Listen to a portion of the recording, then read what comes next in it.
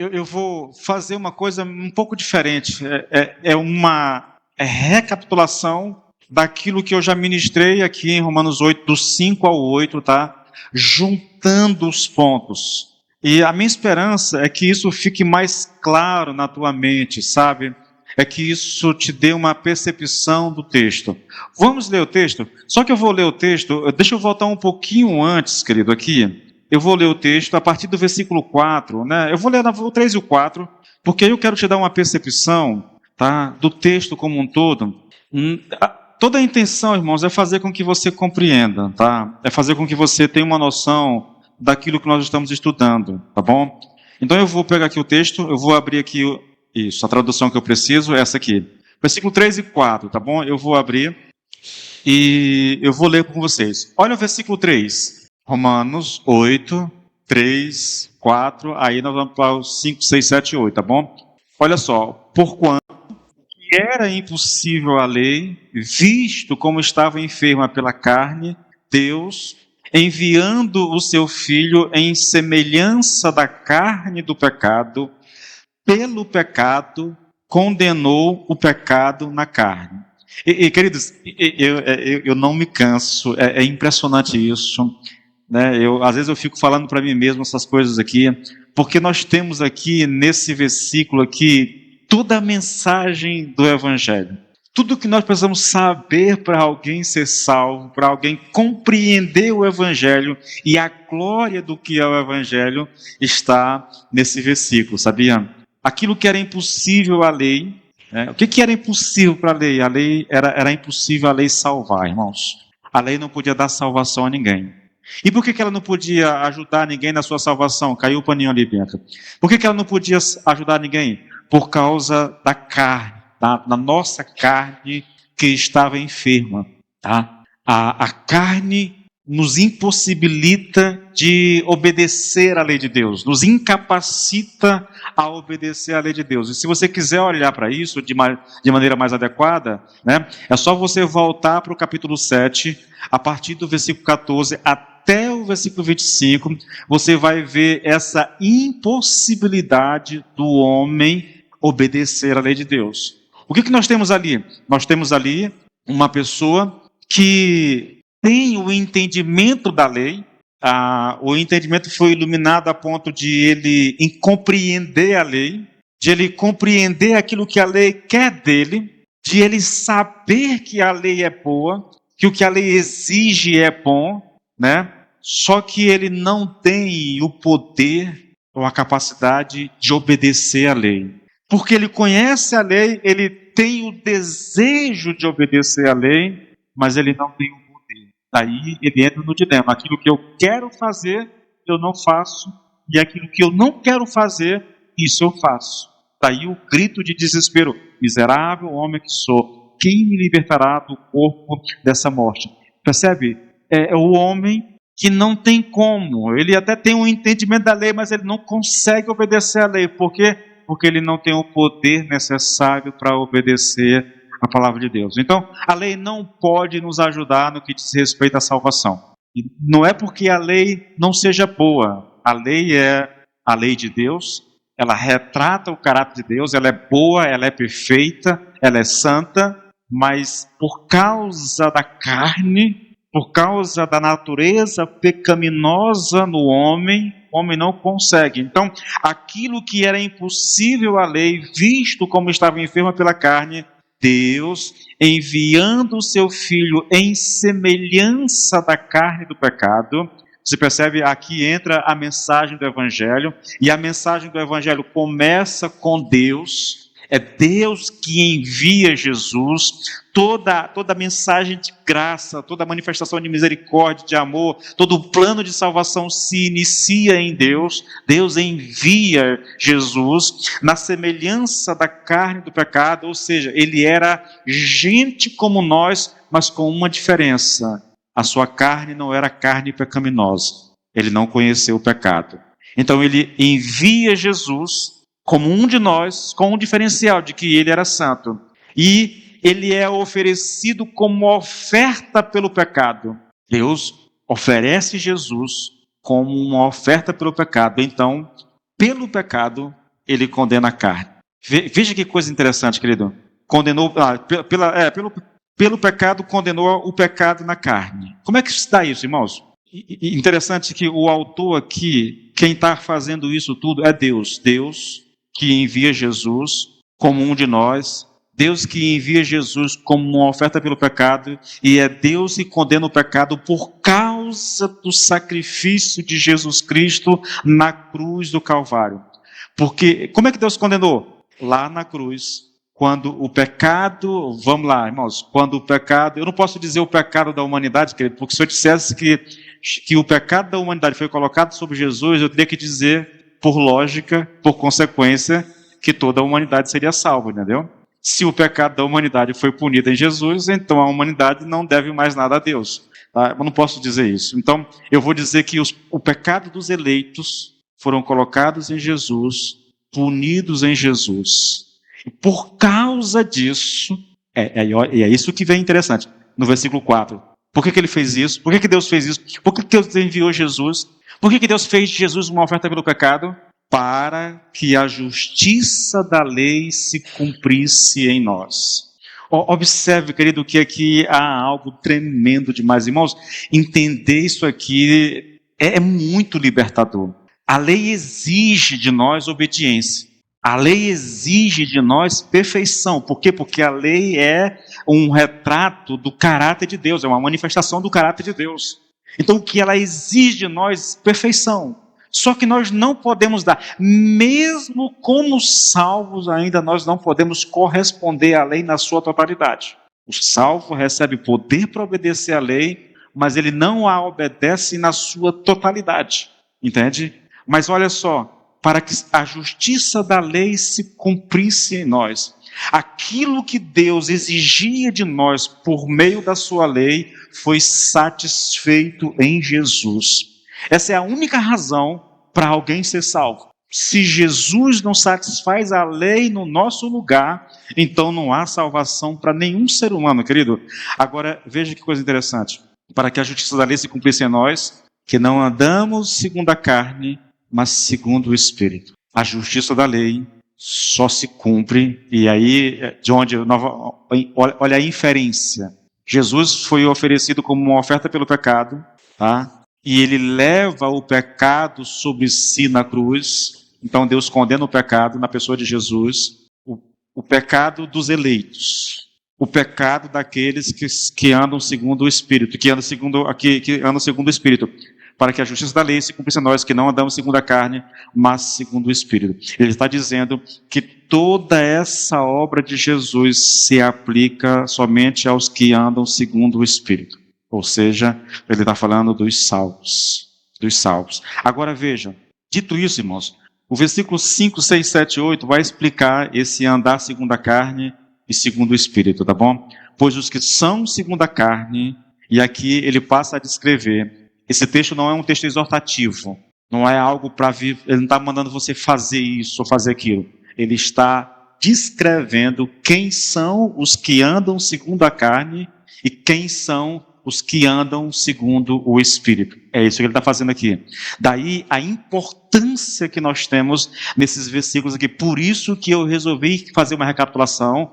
Vou eliminar quase tudo que tem, deixar só o miolinho do texto para que nós tenhamos essa compreensão. Porque Paulo diz claramente quem são essas pessoas que andam segundo a carne e quem são aqueles que andam segundo o Espírito, tá bom? Por que ele faz essa descrição, na verdade? Para dizer que a obra de Jesus Cristo só tem efeito sobre aqueles que andam segundo o Espírito. Quem anda segundo a carne não tem acesso a essa obra do Espírito. Novamente, por isso eu não posso dizer que Jesus Cristo na cruz, ele levou o pecado, ou ele morreu pelo pecado de toda a humanidade. Porque se eu dissesse isso, querido, o texto não teria no texto aqui a ideia de quem anda segundo a carne. Porque andar segundo o Espírito tem a ver com vida de santidade, querido, mas aqui engloba os crentes maduros, experientes, os crentes neófitos, os novos convertidos, engloba aqueles crentes que estão vivendo em santidade num nível bem elevado, mas também engloba os crentes fracos, que tropeçam na caminhada, que dão um trabalho, engloba. Se estão em Cristo, eles fazem parte daqueles que são guiados pelo Espírito, daqueles que se inclinam para as coisas do Espírito. É muito interessante o texto, irmãos. Os que vivem segundo a carne se inclinam para as coisas da carne, mas os que vivem segundo o Espírito se inclinam para as coisas do Espírito, pois a inclinação da carne é morte, mas a inclinação do Espírito é vida e paz. Porque a inclinação da carne é inimizade contra Deus, pois não está sujeito à lei de Deus, nem mesmo pode estar. Portanto, os que estão na carne não podem agradar a Deus. Eu peguei esse texto e estou fazendo exatamente aquilo que Paulo faz aqui. Ele descreve os que andam segundo a carne. E eu vou trazer essa descrição resumida, tá bom? Porque quando a gente ministrou ela, a gente vai nos detalhes e vai lá, depois a gente volta de novo. Talvez você não tenha esse entendimento, entendeu? Você pega os detalhes, vai trabalhando, depois você volta, aí traz um outro tópico. Eu quero trabalhar isso aqui de maneira mais resumida, para que você tenha uma noção de um esboço realmente do que Paulo está ensinando aqui a respeito dos que estão na carne e dos que estão no Espírito. Ele ainda não terminou ainda, tá bom? Eu não terminei a abordagem ainda, mas é para poder continuar e você ter um pouco mais de entendimento. Eu quero fazer o que eu vou fazer isso aqui hoje, tá bom? Então vamos olhar aqui, meu querido, para o homem. Nós vamos ver aqui o que Paulo diz a respeito do homem que não é cristão. E a primeira coisa que Paulo faz aqui, querido, nessa descrição, é dizer que essa pessoa, ela é segundo a carne. O incrédulo é alguém que vive segundo a carne. Agora, o que ele quer dizer com isso? Carne aqui, carne, significa a natureza do homem, a natureza pecaminosa do ser humano, entendeu? A natureza que o homem tinha antes do Espírito vir habitar nela, tá? Isso é carne, na verdade. É o homem entregue aos seus próprios desejos. É o homem que está vivendo a sua vida nesse mundo sem a atividade, sem o agir de Deus na sua vida. Isso é carne, tá bom? De maneira bem resumida, isso é carne, na verdade. É o homem que não tem parte nenhuma com Deus, tá? Ele está vivendo por conta própria, ele não tem nenhuma influência do Espírito, nenhuma influência da palavra, nenhuma influência de Deus, ele vive a sua vida independente de Deus. Carne, basicamente isso aqui, tá bom? Bom, agora, quais são as características de quem tem a vida governada pela carne? É isso que nos interessa aqui, tá, querido?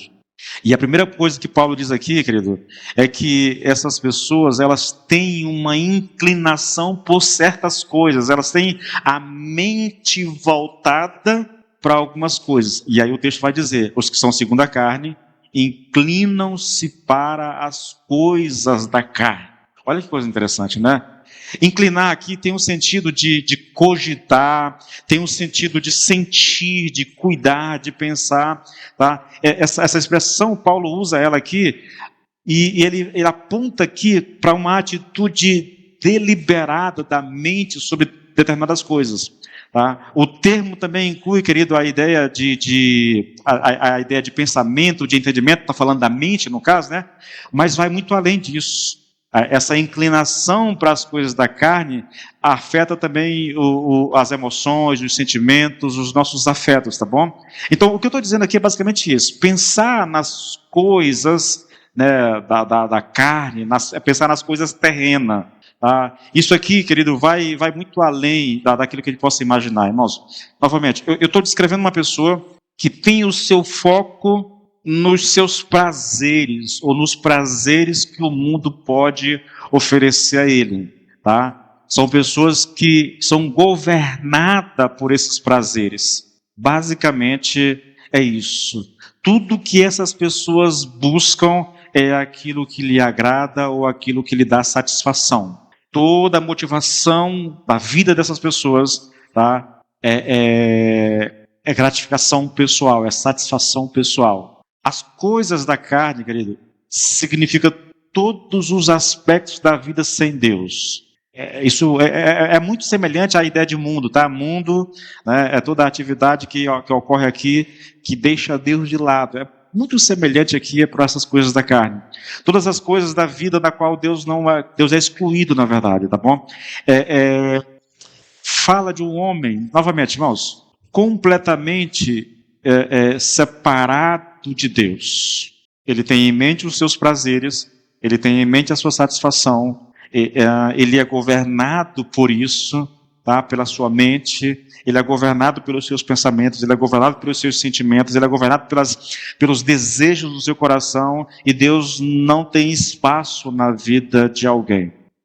É basicamente esse conceito aqui que nós estamos trabalhando. A segunda característica de uma pessoa, de um incrédulo, né, de uma pessoa que é governada pela carne, é morte.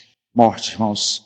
Porque a inclinação da carne é morte. Ou a mente da carne é morte, né?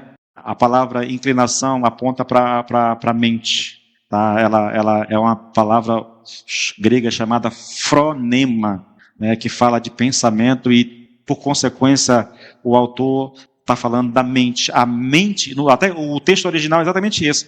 A mente da carne é morte. Olha, Paulo disse que os incrédulos só pensavam nas coisas da carne. Agora ele está dizendo aqui que as pessoas que só pensam nas coisas da carne e que têm esse tipo de mente que só faz isso, essas pessoas elas estão mortas. A morte aqui, querido, é morte espiritual, tá? Elas estão mortas espiritualmente. Elas não têm parte com Deus, elas não têm vida com Deus, elas não têm relacionamento com Deus.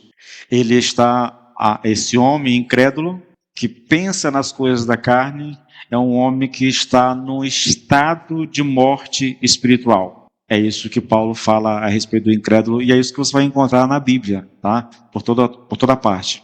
A terceira característica do incrédulo, o incrédulo é a pessoa que tem a sua vida governada pela carne. A terceira característica desse homem é inimizade contra Deus. Ele vive num estado de inimizade contra Deus. Versículo 7, né? Porque a inclinação da carne é inimizade contra Deus. No original está assim, porque a mente da carne é inimizade contra Deus. E isso explica, querido, por que a inclinação da carne é morte. Se um homem está em inimizade contra Deus, evidentemente ele está fora da vida de Deus, né? E se ele está fora da vida de Deus, isso significa que ele está morto espiritualmente. É uma sequência de pensamento, de argumento muito lógica, na verdade. O homem que tem a vida governada pela carne, né, ele vive em inimizade. E aqui não importa a moralidade e nem mesmo a religiosidade dessa pessoa, tá? Se ele não tem a vida governada pelo Espírito, ele vive em inimizade com Deus. É simples assim, querido. É simples assim. Irmãos, tem umas coisas que a gente observa na nossa caminhada, convivendo com outras pessoas, nós temos dificuldade de entender essa verdade. Eu conheço pessoas que tratam outras pessoas que são religiosas como se fossem filhos de Deus, porque são religiosas, porque têm uma boa moralidade, entendeu?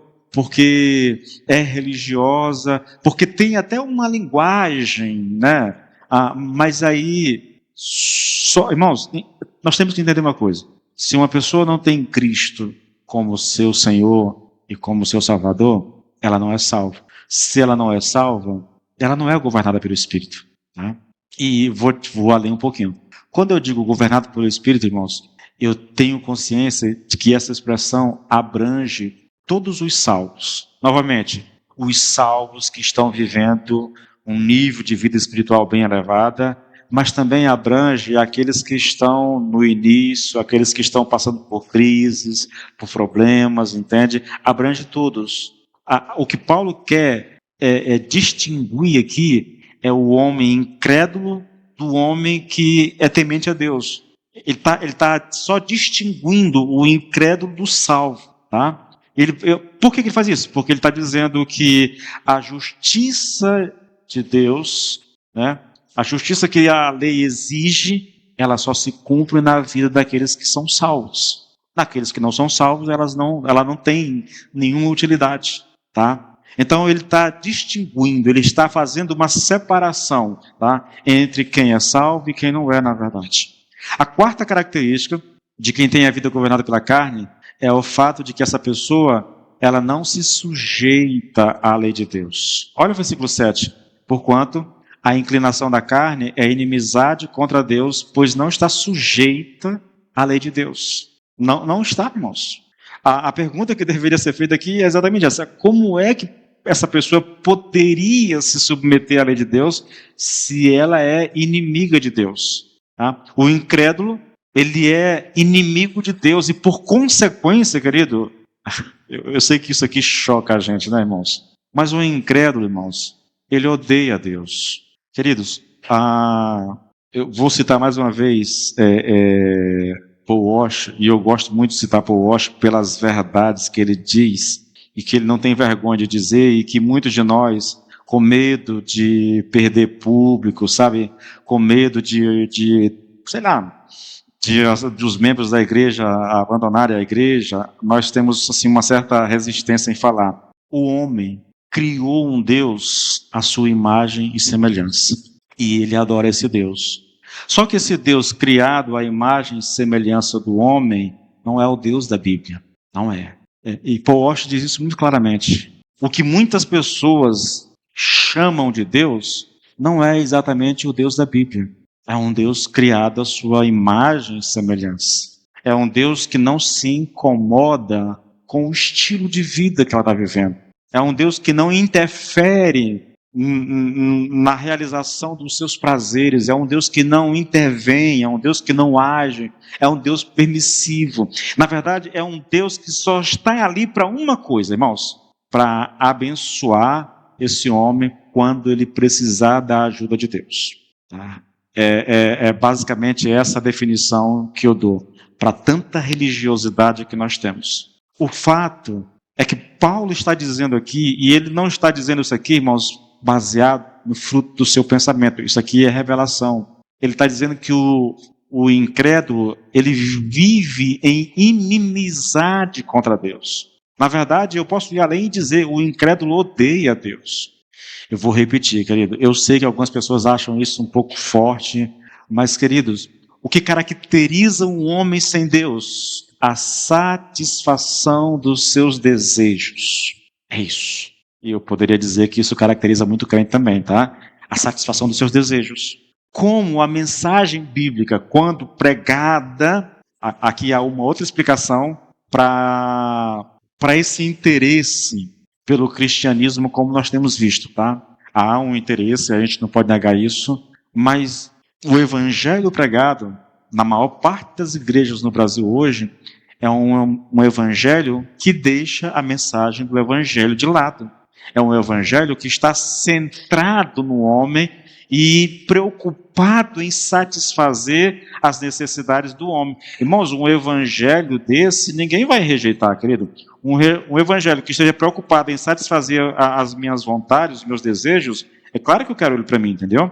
Então eu não vou ter dificuldade com esse evangelho, de forma alguma. Mas quando o homem ouve a verdadeira mensagem do evangelho, querido, muitas vezes proibindo a gente de satisfazer alguns desejos que nós queremos, porque eles são pecaminosos, então o homem não gosta desse tipo de mensagem. Muitas pessoas se recusam a ouvir o evangelho por causa dessa dificuldade. Eles não querem que o evangelho se intrometa nas suas vidas. Eles não querem que Deus dite para eles ou defina para eles o que eles podem e o que não podem fazer. E não tem como ser cristão, querido, se eu não me submeter à palavra de Deus. Não tem como ser cristão se eu me recusar a viver de acordo com a palavra de Deus, entende? Bom, dito isso, querido, olha só. O texto diz assim, olha, a inclinação da carne é inimizade contra Deus, pois não é sujeita à lei de Deus, nem em verdade o pode ser. O que Paulo está dizendo é que o incrédulo não somente não é sujeito à lei de Deus, mas ele também não pode fazer nada a respeito disso. Ele não pode se submeter à lei de Deus, querido. Ele não consegue, ele não tem o poder, ele não tem a capacidade e ele não tem, principalmente, a vontade de fazer. Tá? Não quer. Bom, isso aqui resume o incrédulo, tá? No nosso texto. É lógico, na pregação, na exposição que eu fiz, eu abrangi isso aqui, eu trabalhei bastante isso aqui, você pode dar uma olhada depois. A intenção é só trazer uma espécie de esboço para você do que é o incrédulo, e agora eu vou trabalhar o que é o cristão, o que é o homem segundo o Espírito, tá bom? Quais são essas características? A primeira característica que Paulo aponta aqui a respeito do cristão é que ele é segundo o Espírito. Assim como o incrédulo é segundo a carne, o o homem de Deus, o crente, ele é segundo o Espírito. Os que são segundo o Espírito, né? Diz o texto aqui. Bom, segundo aqui tem o mesmo significado que tem lá no caso do homem que não anda segundo a carne, que anda segundo a carne, tá bom? A ideia aqui, querido, é que ele é habitualmente dominado pelo Espírito. E ser habitualmente dominado pelo Espírito caracteriza a tendência e o teor da sua vida, tá? É isso que o move, na verdade. O próprio texto que nós vamos ler mais para frente, né, Romanos 8,14, diz isso, porque todos os que são guiados pelo Espírito de Deus, esses são filhos de Deus. Então, a ideia simples é, se você é cristão, é filho de Deus. E se você é filho de Deus, então você é guiado pelo Espírito de Deus. Novamente, aqui nós não temos essa classificação de crentes fortes, de crentes fracos, está todo salvo, todo aquele que está em Cristo, independente da vida que ele está vivendo, independente da situação que ele está passando, ele é guiado pelo Espírito, querido, tá bom? É isso que está escrito, é isso que ensina aqui. A segunda característica do cristão é que, como uma pessoa controlada pelo Espírito Santo, o cristão inclina-se para as coisas do Espírito, ou seja, ele pensa nas coisas do Espírito. Irmãos, isso está no nosso texto, no versículo 5 ainda, só a parte B. Mas os que vivem segundo o Espírito se inclinam para as coisas do Espírito. Inclinar aqui, irmãos, essa palavra aqui, inclinar ou pensar nas coisas do Espírito, tá? Ele contém a ideia de fixar a mente em alguma coisa, né? E isso significa que há um elemento de deliberação, apontando para o fato de que a ação deve ser voluntária. Assim, o homem que é dominado pelo Espírito, ele fixa sua mente numa certa direção. Assim como o homem, segundo a carne, a sua mente está fixada nas coisas da carne, o homem, segundo o Espírito, tem a sua mente fixada nas coisas do Espírito, tá bom? E, novamente, assim como eu falei da carne, isso aqui não é só uma questão de intelecto, de mente. Isso envolve as nossas emoções, os nossos desejos e os nossos sentimentos. Eu estou falando aqui, querido, de que o cristão tem coisas que atraem o cristão, coisas que lhe interessam e coisas que ele busca.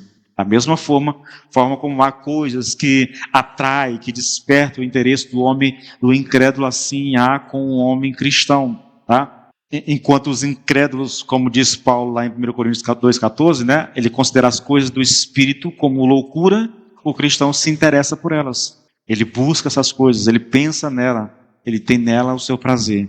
Aqui, nessa nossa abordagem, eu comecei a falar das coisas do Espírito, porque Paulo diz que, olha o texto, os que vivem segundo o Espírito se inclinam para as coisas do Espírito. E nós tratamos isso aqui.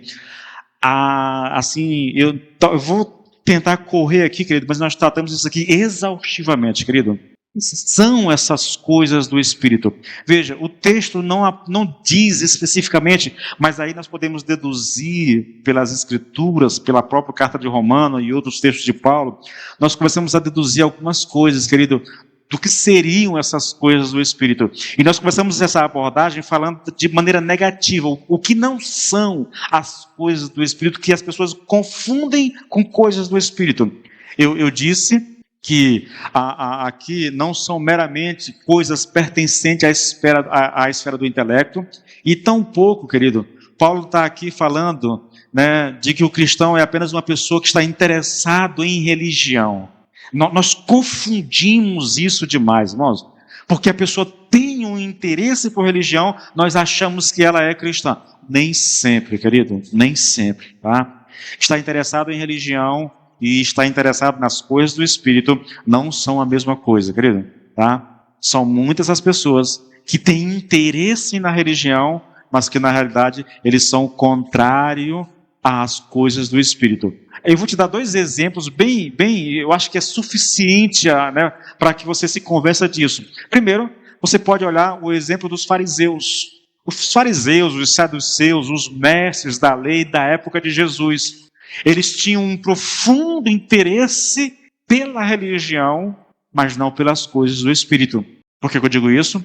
Porque ninguém se opôs de maneira assim tão ferrenha e maligna ao Senhor Jesus Cristo e à mensagem de Jesus quanto esses homens.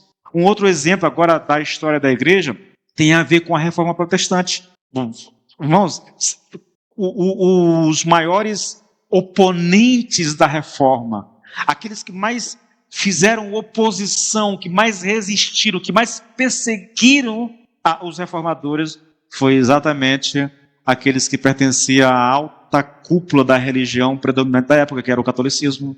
Então, ter interesse em religião não significa exatamente ter interesse nas coisas do Espírito. Eu vou citar isso aqui. Desejar, querido, desejar saber se nós pensamos nas coisas do Espírito ou não, se nós queremos pensar sobre isso, não basta dizer que nós estamos interessados em religião. Não basta nem mesmo dizer que somos membros de igreja. Escute isso, querido. Você pode ser membro de uma igreja e se aborrecer com as coisas do Espírito.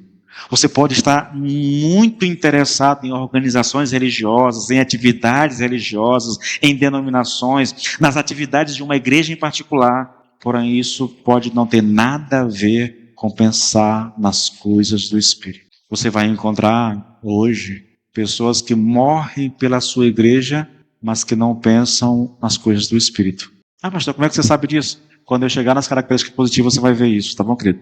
Segunda, pensar nas coisas do Espírito não significa nem mesmo um interesse por teologia como um fim em si mesmo, O homem pode estar interessado na teologia e na doutrina cristã e todavia não pensar nas coisas do Espírito. Irmãos, isso aqui me assusta, sabia? É possível eu nutrir um interesse sincero e profundo por teologia, gostar de discutir teologia, de falar de teologia, de doutrinas, sem contudo eu ser salvo, sem contudo eu ter interesse em Deus. Isso assusta, querido, isso assusta. Eu poderia citar como exemplo aqui a teologia liberal. É um exemplo clássico disso. Homens que têm prazer em estudar e ensinar teologia, que se especializaram nessa área de estudo, mas isso, na maioria das vezes, querido, não tem nenhuma relação com as coisas do Espírito. Na verdade, isso pode ser extremamente... pessoas assim, e se eu pegar novamente o exemplo dos teólogos liberais, eles são extremamente hostis às Escrituras e às coisas do Espírito. Terceiro, querido, pensar nas coisas do Espírito significa muito mais do que ter interesse por fenômeno. Eu estou abrangendo aqui muita área, tá? Religiosidade, prazer no conhecimento teológico e agora interesses por fenômenos religiosos. Eu estou falando aqui dessa busca por experiências místicas, esse interesse por milagres, por curas, por eventos sobrenaturais. Essas coisas, querido, se interessar por isso, buscar essas coisas, irmãos, não significa, querido, não significa necessariamente que você ama a Deus, que você tem interesse nas coisas do Espírito. Volte para Jesus, irmãos. Volte para Jesus. Para as multidões em torno de Jesus. Irmãos, uma cena me vem à mente. Aquela multidão toda, quando Jesus está entrando em Jerusalém, eles estão lá, estendendo ramos e tudo, e gritando, e louvando, e tudo mais. Aquelas mesmas pessoas, querido, 2 dias depois, 3 dias, uma semana depois, eram as mesmas que estavam gritando: crucifica Jesus, crucifica, crucifica Ele. Há uma busca, como é que eu chamo isso, meu Deus? Exacerbada por coisas sobrenaturais, por fenômenos religiosos, querido.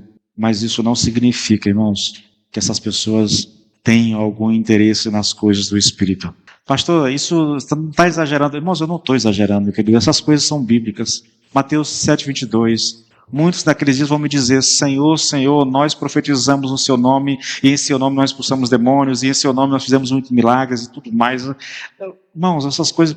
E eu quero que você entenda uma coisa. Eu não estou, querido, aqui, com isso, eu não estou dizendo que eu sou contrário, que eu não creia. Eu creio, querido, eu creio. Eu já vi muita ação sobrenatural de Deus em resposta de oração na vida de pessoas que eu me importo, entendeu? Então eu não tenho dificuldade com isso. O que eu quero que você entenda é que apenas a curiosidade, o interesse por essas coisas não significa que você pensa nas coisas do Espírito. Vamos falar disso de maneira positiva? Aí você vai entender melhor o que eu quero dizer, tá bom? Eu disse que esse interesse religioso, esse interesse pelo conhecimento teológico, esse interesse por experiências místicas, essas coisas não quer dizer exatamente que as pessoas que têm esses interesses, elas pensam nas coisas do Espírito, tá? O que são essas coisas, irmãos? Vamos lá, novamente, querido. Eu estou falando aqui, o texto não diz quais são necessárias. O que nós fazemos é olhar para o capítulo, para o livro de Romanos, para os escritos de Paulo, para as cartas do Novo Testamento, e a gente passa a deduzir quais são essas coisas. A primeira coisa, por exemplo, é um profundo e sincero desejo ou interesse pela sua própria alma. E quando eu falo aqui, querido, de interesse pela alma, eu estou falando da nossa relação com Deus, tá? Então eu poderia até colocar, né, um profundo e sincero interesse pela nossa relação com Deus. O homem que pensa nas coisas do Espírito tem interesse por uma relação íntima com Deus. Antes ele não tinha, o incrédulo não tem, mas ele, que o Espírito habita nele, esse homem tem. Esse desejo pela relação com o Senhor é produzido em nós pelo Espírito que habita em nós. Por isso Paulo diz lá em Filipenses 2,13, né, que Deus é quem efetua em nós tanto o querer como o realizar. Tá? Então é o Espírito que gera. O cristão só é cristão se ele tem o Espírito. E se ele tem o Espírito gera no coração do cristão esse desejo, esse interesse pela sua alma, pela sua relação com Deus, entende?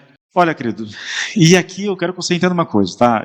O cristão, ele pode ser muitas coisas, tá? Pode fazer muitas coisas. Ele pode ser marido, ele pode ser pai, ele pode ser um profissional, um homem engajado nos negócios, mas essas coisas não ocupam o primeiro lugar na sua vida. O centro da vida desse homem é justamente a sua relação com Deus. Isso é pensar nas coisas do Espírito. A segunda questão, um interesse genuíno pela glória de Jesus Cristo. O texto que nós estamos estudando aqui, tá, diz que aqueles que vivem segundo o Espírito se inclinam para as coisas do Espírito. E uma das principais obras do Espírito Santo é exatamente glorificar a Jesus. É só você pegar João 14, 15, 16, e você vai entender o que eu estou falando, tá? O próprio Jesus disse lá em João 16, 14, falando do Espírito Santo, ele diz, olha, ele me glorificará. O crente habitado pelo Espírito Santo, ele manifestará um interesse pela glória do Senhor Jesus. Irmãos, a missão suprema do Espírito não é chamar a atenção para si, não é apontar para si. A missão suprema do Espírito é apontar para Jesus. Ele veio para glorificar Jesus. Então, se ele habita em nós, esse desejo no nosso coração, esse interesse pela glória do Senhor Jesus se manifestará na nossa vida, querido. O terceiro, eu estou sendo rápido por causa do tempo, viu, irmãos? Eu quero finalizar esse panorama aqui, geral, do que nós estamos estudando, tá bom? O terceiro aqui é um interesse profundo em aprender sobre o plano de salvação estabelecido nas Escrituras. Irmãos, você vai conversar, eu falo de experiência própria, sentar com a irmã de uma igreja e a irmã dizer, pastor, eu fui batizado assim, eu digo, irmã, você fez o quê? Você fez lá um discipulado para batizar? Não, pastor, o pastor perguntou quem queria batizar, e aí quem queria foi lá e tudo, e a senhora sabe o que foi que foi? Eu comecei a perguntar a ela, irmãos, ela não sabe nada de salvação, absolutamente nada. Nunca ouviu falar sobre justificação, nunca ouviu falar sobre união com Cristo, sobre redenção, sobre expiação, essa coisa toda, nunca ouviu falar sobre isso, irmãos. Não tem nem noção do que são essas coisas. Não sabe do porquê. Tem muitas pessoas que, quando se convertem, ficam doidas para se batizar, porque pensam que se morrer sem se batizar, elas não serão salvas.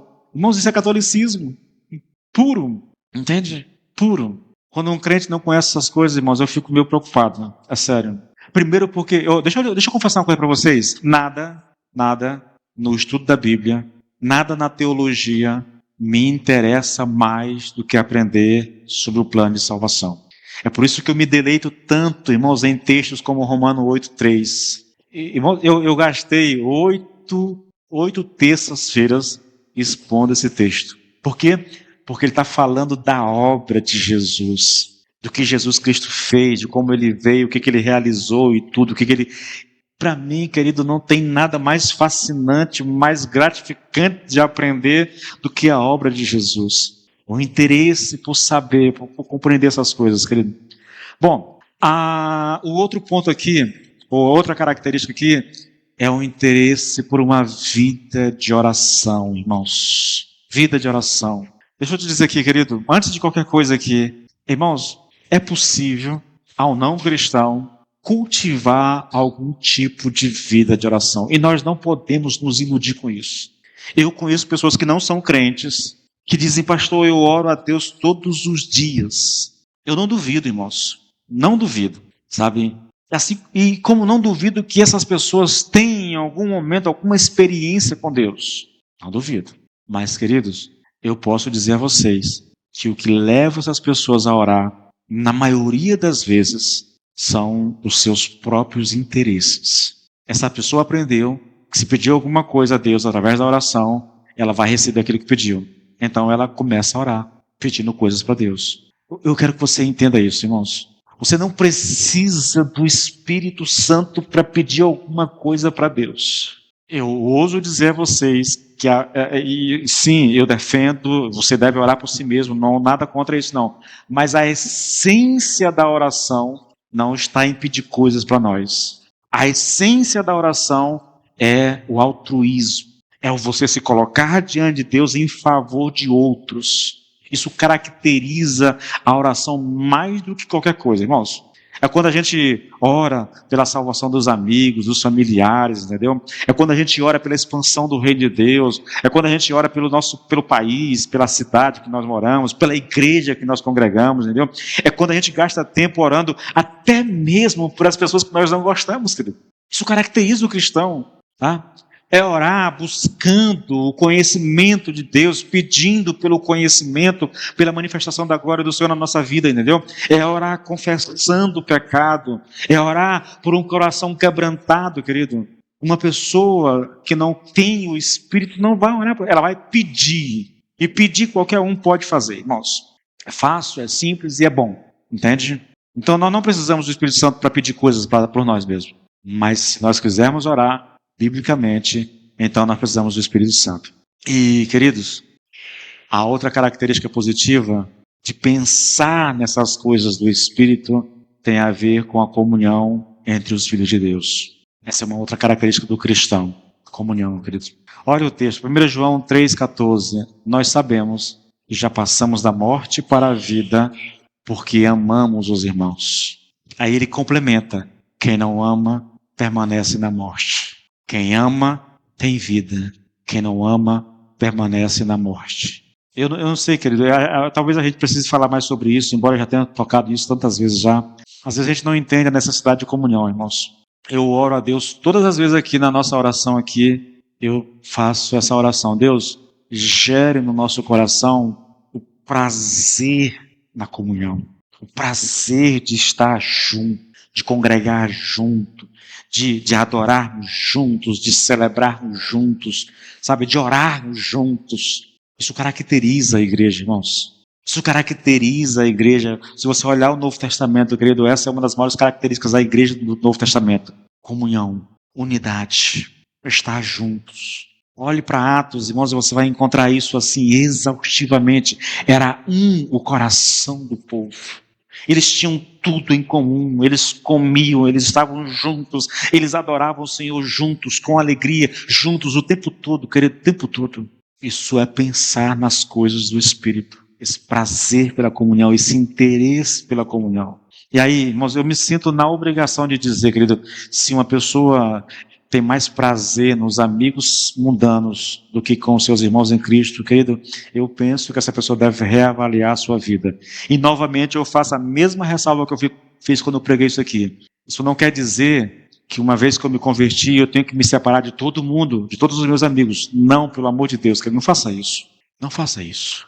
Porque aí a gente perde a oportunidade de alcançar essas pessoas. Eu lidei com uma igreja lá em Imperatriz, eu era líder de jovem, que eu dizia, traga os seus amigos. Mas pastor, todos os meus amigos estão aqui na igreja. E eu digo, mas como que pode, irmãos? Não pode ser assim.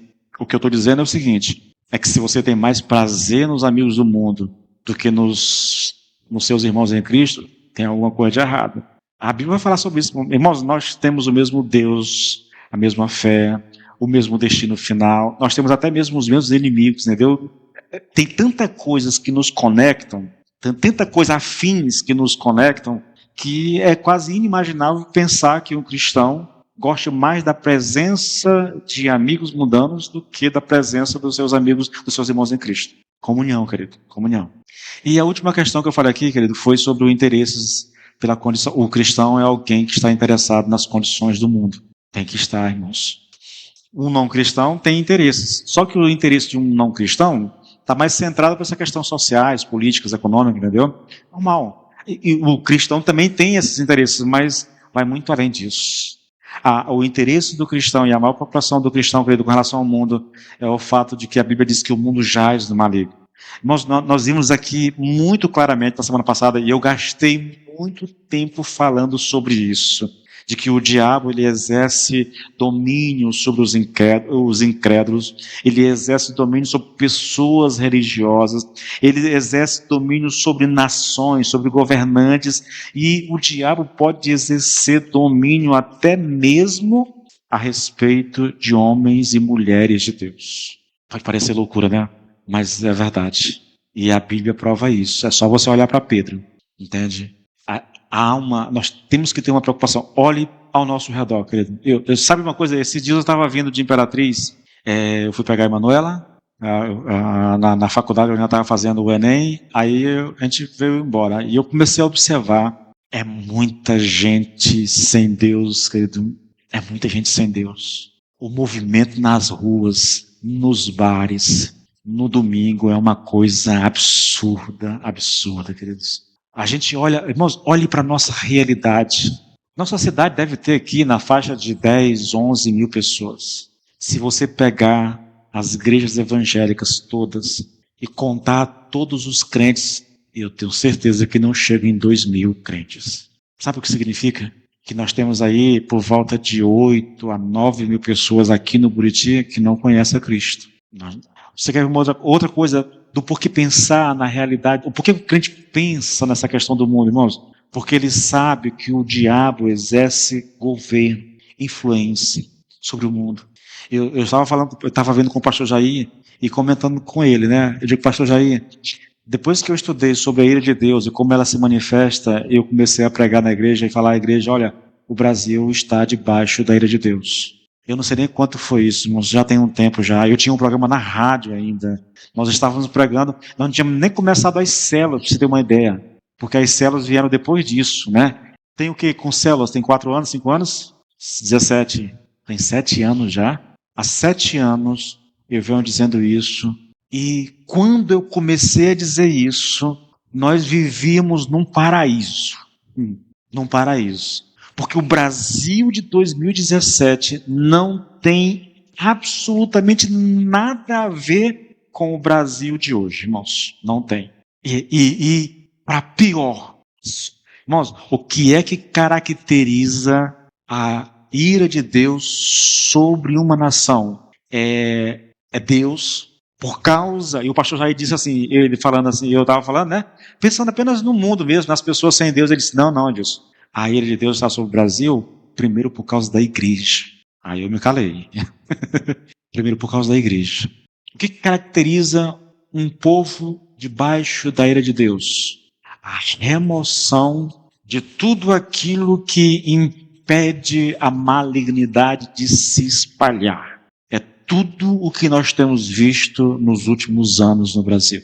A predominância dessa cultura woke, dessa questão trans, de todas essas coisas que vêm sendo aprovadas, de leis que vêm sendo aprovadas, dos cancelamentos que estão acontecendo por pessoas que se levantam para defender coisas normais.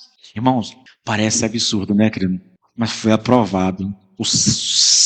Coisa que não é nem função do Supremo Tribunal Federal, eles aprovaram lá. Como a gente não sabe, porque eles não têm poder para isso, mas o filho nascido não pode mais ter apenas mãe ou pai. Acho que é parturiente, como é que é? Foi adotado um termo, entendeu?